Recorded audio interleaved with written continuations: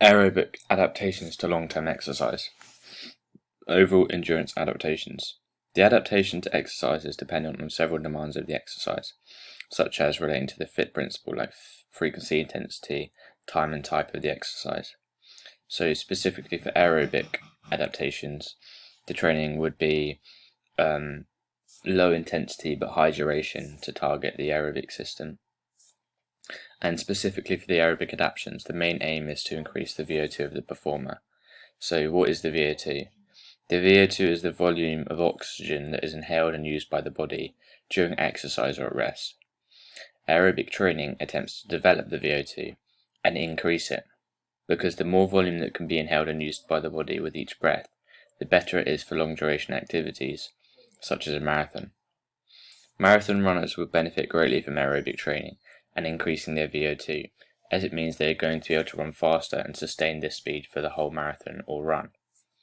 The VO2 depends on the intensity of the exercise. For example, a marathon runner is going to need a good level of VO2 so that they can convert this oxygen into energy that can be used.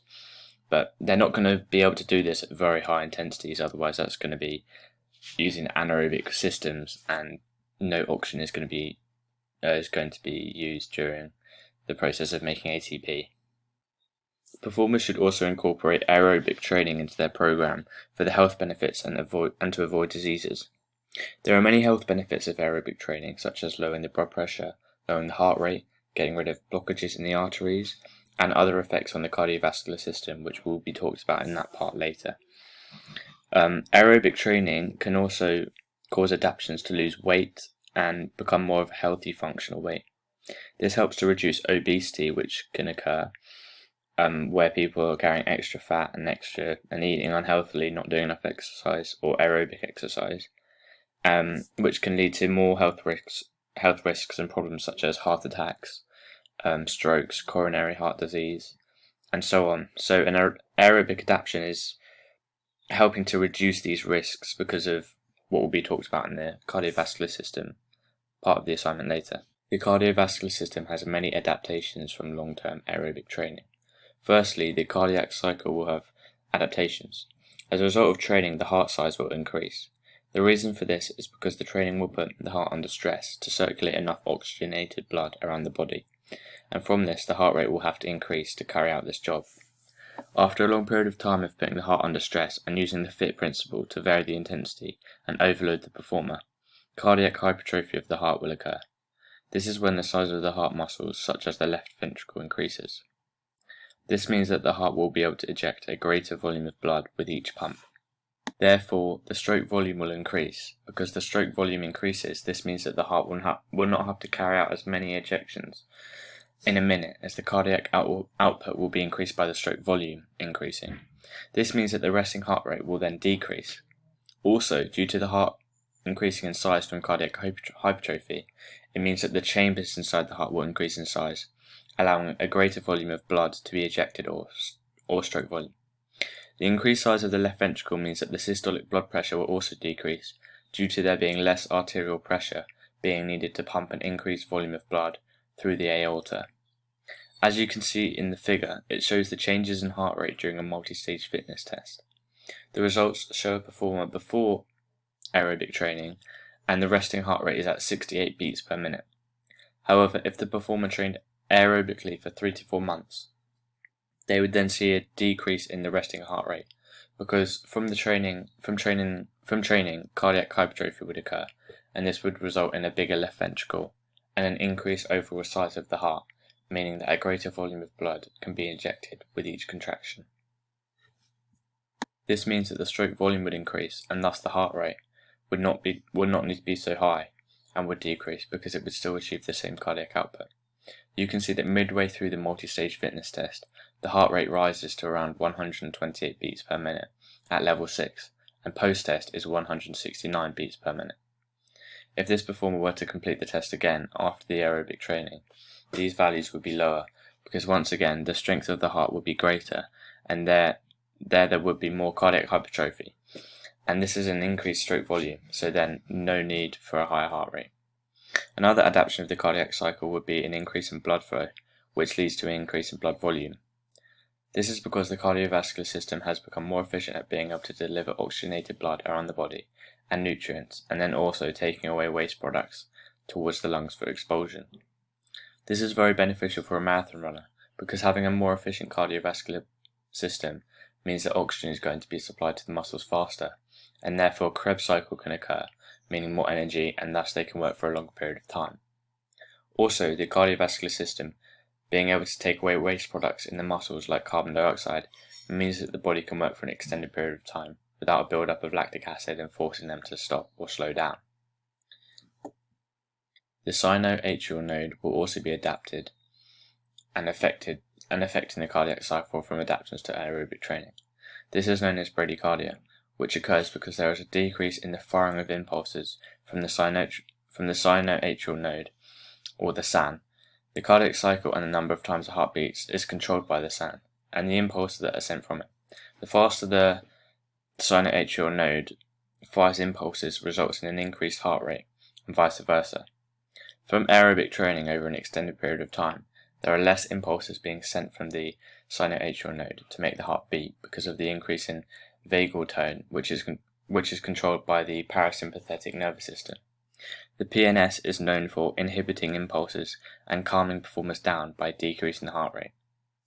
Aerobic training has this effect, and is a reason why heart rate is decreased, such as in the figure.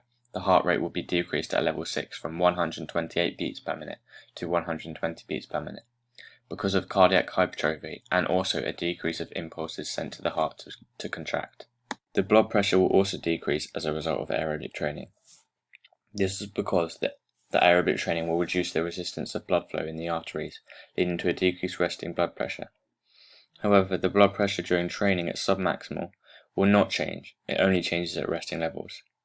This is still beneficial for everyday people who train, because having a lower blood pressure is more beneficial for being healthy. The regular person should have a 120 systolic reading over an 80 diastolic reading to be in a healthy normal range. But most people aren't in this, they're either too far over or too far under, which is a sign of being unhealthy.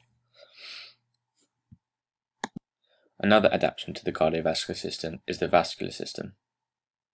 From consistent aerobic training, the vascular system can see adaptations such as capillarization. Capillarization is the process by which new capillaries are formed as a result of aerobic training.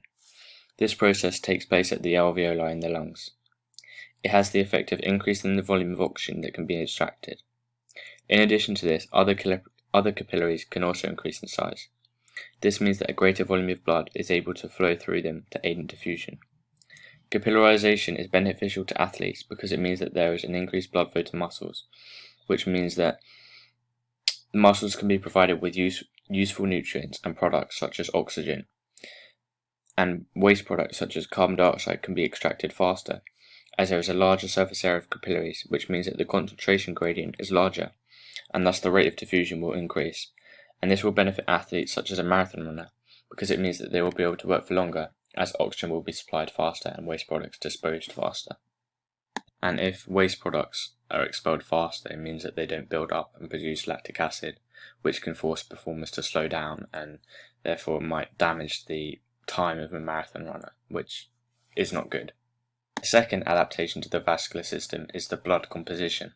This is because aerobic exercise over a long period of time results in an increased number of hemoglobin in the blood due to an increase in the number of red blood cells, which has the effect of improving the diffusion rate of oxygen into the bloodstream. For more elite athletes, they will have a higher number of red blood cells in their body, which enhances the ability to transport oxygen to the working muscles during exercise. As the hemoglobin content rises, so does the increase in blood plasma, which results in hematocrit, which is the ratio of red blood cells to blood plasma. This results in a lower viscosity of the blood and increases the blood flow, making it more easy to transport useful products around the body and dispose of waste products, like carbon dioxide. This is beneficial for athletes because having a better and increased blood flow mixed with more red blood cells means that more oxygen is going to be able to be delivered to the muscles faster, as the blood plasma can carry more oxygen, and there is an increase in blood flow and circulation due to lower viscosity. This benefits marathon runners because it means that waste products such as CO2 can be expelled from muscles in their legs such as the quadricep, and this can be expelled faster and the oxygen towards the muscle can be supplied faster too, meaning that energy can be made and they can work for a long period of time at higher speeds. The likelihood of cardiovascular diseases are also reduced from long-term aerobic training.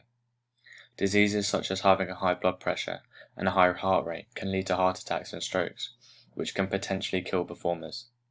If a performer has a high blood pressure, this can lead to hypertension, which is when the blood pressure in the arteries is constantly elevated, and it can lead to ruptured arteries, etc. However, from aerobic training, this chance can be reduced because cardiac hypertrophy of the heart will occur, and this is when the heart becomes stronger and as a result is able to eject a greater volume of blood with each ejection. Thus the blood pressure and heart rate can decrease, helping to reduce the chance of heart attacks or coronary heart disease or hypertension, because the heart is healthier and does not have to work excessively hard. Everyday people to include some aerobic exercise in their programs because it helps to reduce serious cardiovascular risks that could kill you. This is obviously beneficial for everyone as it reduces the chance of getting a disease and dying. Aerobic training also helps to prevent blockages in the arteries, which can cause blockages of blood that won't reach the brain, for example, and this could cause a heart attack or a stroke. In the graph top left of the slide, it shows the heart rate of a performer in beats per minute and the speed at which the performer is running in kilometers per hour. One line represents the performer's result before training, the blue line, and another line which represents the performer's results after training, the red line. In the pre-training results, the performer has a heart rate of 85 beats per minute when running at 5 km per hour. In comparison, for post-training, the performer's heart rate drops to 78 beats per minute. A reason for this is due to improved cardiac cycle and its efficiency. The cardiac hypertrophy of the heart and left ventricle results in a greater volume of blood ejected with each pump, and thus the heart rate does not have to be so high.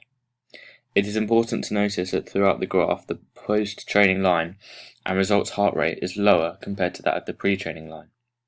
Again, the reason for this is due to cardiac hypertrophy, and also in the post-training results there is adaptations to the vascular system and the rate of diffusion is increased, helping to transport oxygen to the muscles faster and expel more waste products like CO2 faster, which means the heart does not have to work as hard to supply the muscles with oxygen, and therefore the heart rate is lower throughout for the post-training results. The test also shows that the performer after training is also able to work for longer at a higher speed of 22 km per hour compared to 18 km per hour pre-training. The reason for this is due to improved stroke volume levels, cardiac cycle, and the vascular system adaptations. The graph on the bottom left of the slide shows the heart rate during exercise of the performer during pre-training and post-training, and also during the recovery phase after exercise. The graph shows that post-training results have a lower resting heart rate in comparison to pre-training. The results also show that the length of time it takes to recover is shorter for the post-training results. The reason for this is because the cardiac muscles in the heart are much stronger from cardiac hypertrophy, and thus there is a higher stroke volume and oxygen can be supplied to the muscles that are in need of it faster and with less beats per minute, therefore a lower heart rate and faster recovery rate.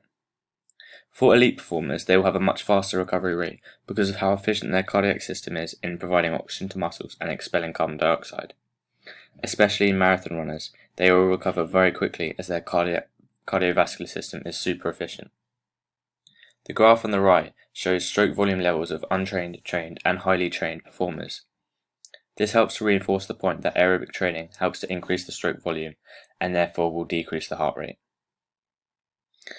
The graph shows in untrained athletes, their stroke volume result is 50 to 70 milliliters per beat, and that is at rest, and then in stroke volume max it is 80 to 110.